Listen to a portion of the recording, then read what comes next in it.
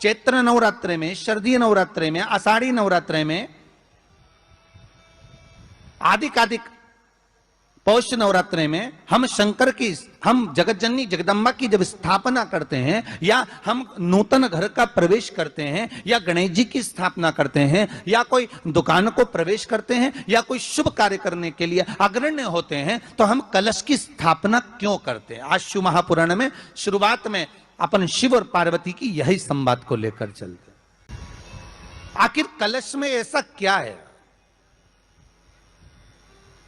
कलश के अंदर आखिर ऐसा क्या विराजमान है कि 33 कोटि देवता उस कलश के अंदर आकर बैठ जाते हैं? महाराज, आप कोई यज्ञ करने जा रहे हो, आप कोई पोथी पुराण करने जा रहे हो, आप कोई अच्छा कार्य करने जा रहे हो, तो ब्राह्मण देवता कह देते कलश की स्थापना होगी, कलश की शोभा यात्रा निकलेगी, कलश यात्रा निकलेगी, कलश विराजमान होगा।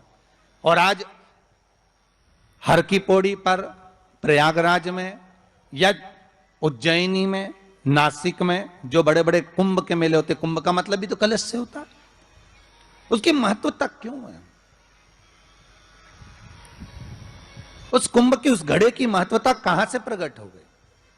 शिव महापुराण की कथा कहती है महाराज, भगवान औघड़दानी शंकर स्वयं आद्य शक्ति जगदम्बा से कहते हैं कि जगदम्बा तू क्या चाहती है बोल। तो जगतजननी जगदम्बा कहती है कि जहां मैं हूं वहां शंकर है। ये आपने कह दिया, पर जहां शंकर है वहां पार्वती का होना जरूरी है। उसके लिए सिद्ध करने के लिए एक स्थान ऐसा बनाया जाए जहां पर शंकर विराजमान है और शंकर के साथ पार्वती विराजमान है। तो शिव जी ने कहा, पार्वती उसके लिए मैं तुझे एक सुंदर कलश का निर्माण कर देता हूं।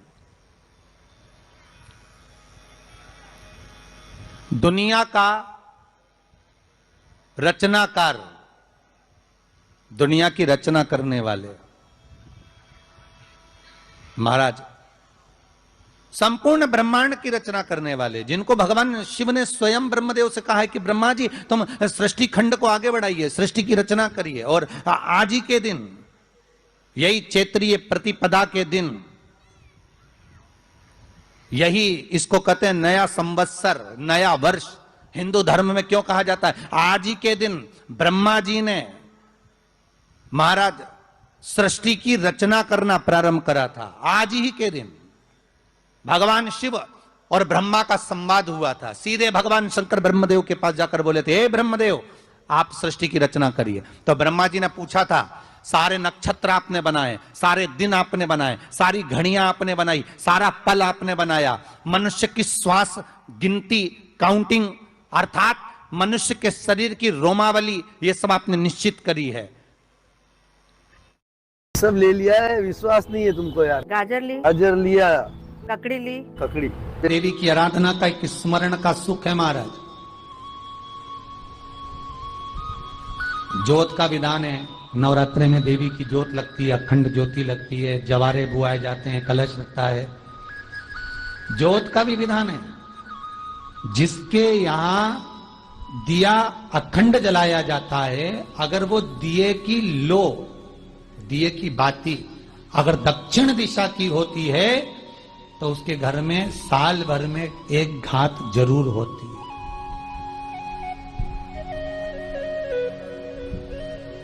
जो दिया अखंड जलता है उसकी बाती का मुख दक्षिण का नहीं होना चाहिए।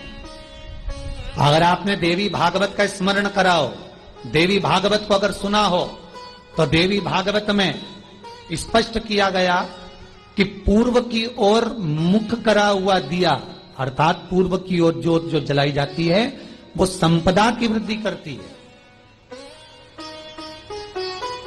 पश्चिम की ओर मुख कर कर जो ज्योत लगाई जाती है महाराज, वो वैभव को देती है। और उत्तर की ओर जो मुख कर कर ज्योत जलाई जाती है, उत्तर की ओर जो ज्योत का मुख रहता है वो आयु की वृद्धि करती है, घर में अकाल मौत को रोकती है।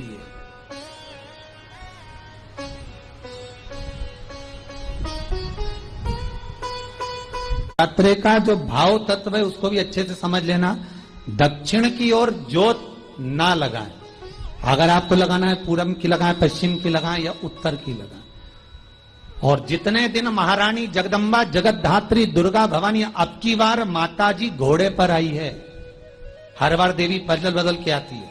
इस बार जो नवरात्रे आए वो घोड़े के आए, तो घोड़े पर जो देवी जी आती है वो समृद्धि को देने वाली आती है, लक्ष्मी की वृद्धि करने वाली। देवी भागवत में स्पष्ट किया गया, जब जगदम्बा मगर पर आती है उसका भाव अलग है, और जगदम्बा जब हाथी पर आती है उसका भाव अलग है, और जगदम्बा जब घोड़े पर आती है तो जगत को समृद्धिवान बना देती है।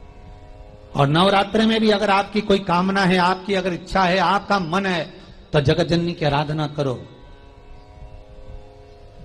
पति और पत्नी में अगर क्लेश है तो जगदम्बा के मंदिर में मक्खन चढ़ाओ, प्रेम बढ़ जाएगा। आपको लगता है कि पति कोई अन्य स्त्री से लगा हुआ है या परिवार टूट रहा है, तलाक तक पहुंच गया है, तो माता के मंदिर में आप ध्वजा लगवाइए, उस ध्वजा पर मक्खन लगाकर लगवाइए, आपको लाभ मिलेगा। महाराज, यदि आपको लगता है कि बच्चे बहुत ज्यादा अपशब्द बोल रहे हैं, मुंह चला रहे हैं और प्रेम नहीं रख रहे, तो माता के मंदिर में लाल पुष्प, लाल चंदन और लाल चूड़ी मां को समर्पित करिए, प्रेम बढ़ेगा। बच्चा कभी आप जी से कम नहीं बोलेगा, प्रेम की भाषा निकलेगी मुझसे। मां जगत जननी की आराधना, जगदम्बा की उपासना। नवरात्रे में 9 दिन में से कोई एक दिन ऐसा ले लो जिस दिन कन्याओं का भोजन कराओ, साथ में उनको लाल चुनरी ओढ़ाओ या कोई लाल वस्त्र, लाल पूजन की सामग्री उनको दो। के दिन कन्याओं का भोजन कराओ या नवमी के दिन कन्याओं का भोजन कराओ।